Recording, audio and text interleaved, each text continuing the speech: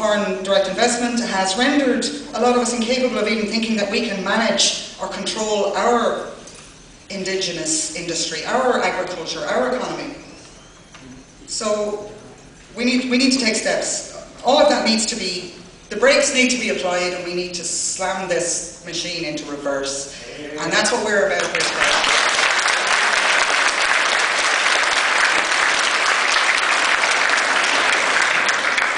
We need the European Union to stop interfering with the free market, to stop interfering with our indigenous industries, and to stop interfering with how we manage our land and our country and our laws and our social policies.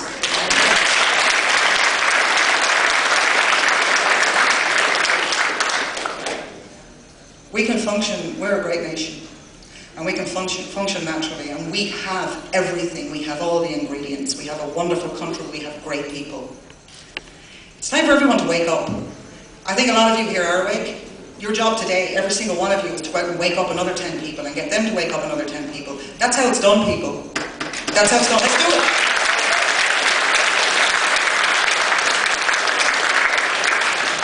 And so now I'm going to introduce Herman. And he's been busy telling me to tell everybody to get back to their seats, so I hope he's here somewhere. There you go, Herman. So, spokesperson for IREXIT, Freedom to Prosper Party, Mr. Bonnington.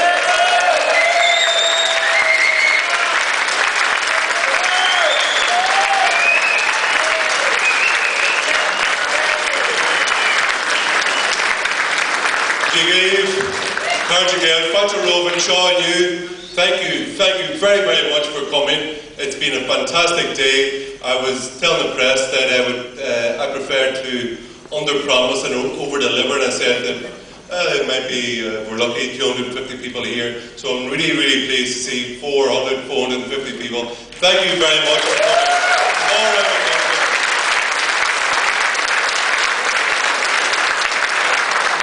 For 800 years we were in a political union before called the British Empire, and we were shafted. And then for a while, a very short while, we got our independence. Someone asked me there during the week, you're starting up a new party, how long do you think it'll take you to get this independence you're talking about? Well, when you think about it, the Active Union in 1800, it took them 120 years. Now, our game is going to be much shorter, because perhaps within 10 years, certainly 20 years, the EU will have collapsed itself.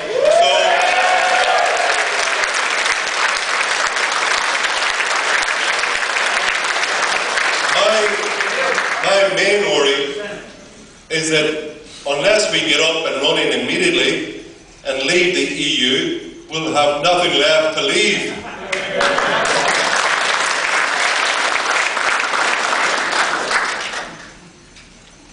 I have a confession to make. I've done many bad things in my life that I should be ashamed of. But I can tell you this, I've never, ever voted for you again.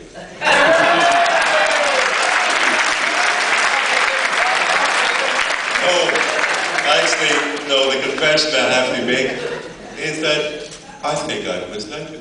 I have been in the press for the last 2 weeks telling everybody that Ireland's net contribution to the European Union is about $500 million, maybe 400 million. And Ray Bassett, God bless him, here today, through an FOI, has found out that the Irish contribution of the contribution of the Irish taxpayer to the EU budget this year was, wait for it, €1 billion. Are we nuts? Are we absolutely nuts? Like, as I said, why are we paying these old, fat, and very often drunk men in Brussels to make our laws? Like, what kind of a deal is that? Where... Joke. Absolute joke. It's worse than Sinn Féin. And I couldn't tell you that I'm not that cheap.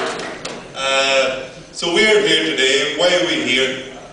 Because we're part of a proud nation, of a people that for hundreds of years never ever lost its identity or its will and desire to be free.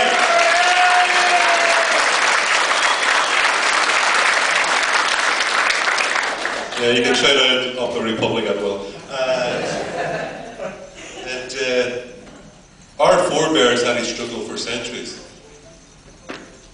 And I think it's scandalous, I believe, that for those who in 1916 and their grandfathers and great-grandfathers and great-grandmothers went out and fought for independence, it is an absolute scandal that it was their grandchildren, in many, many cases, living off the names, but living off the names of the grandparents, but rejecting the principles for what they fought.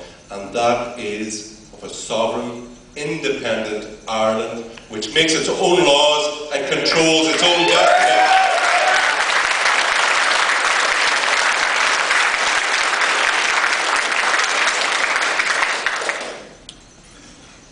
Because we were members of the euro, we had cheap credit. Of course,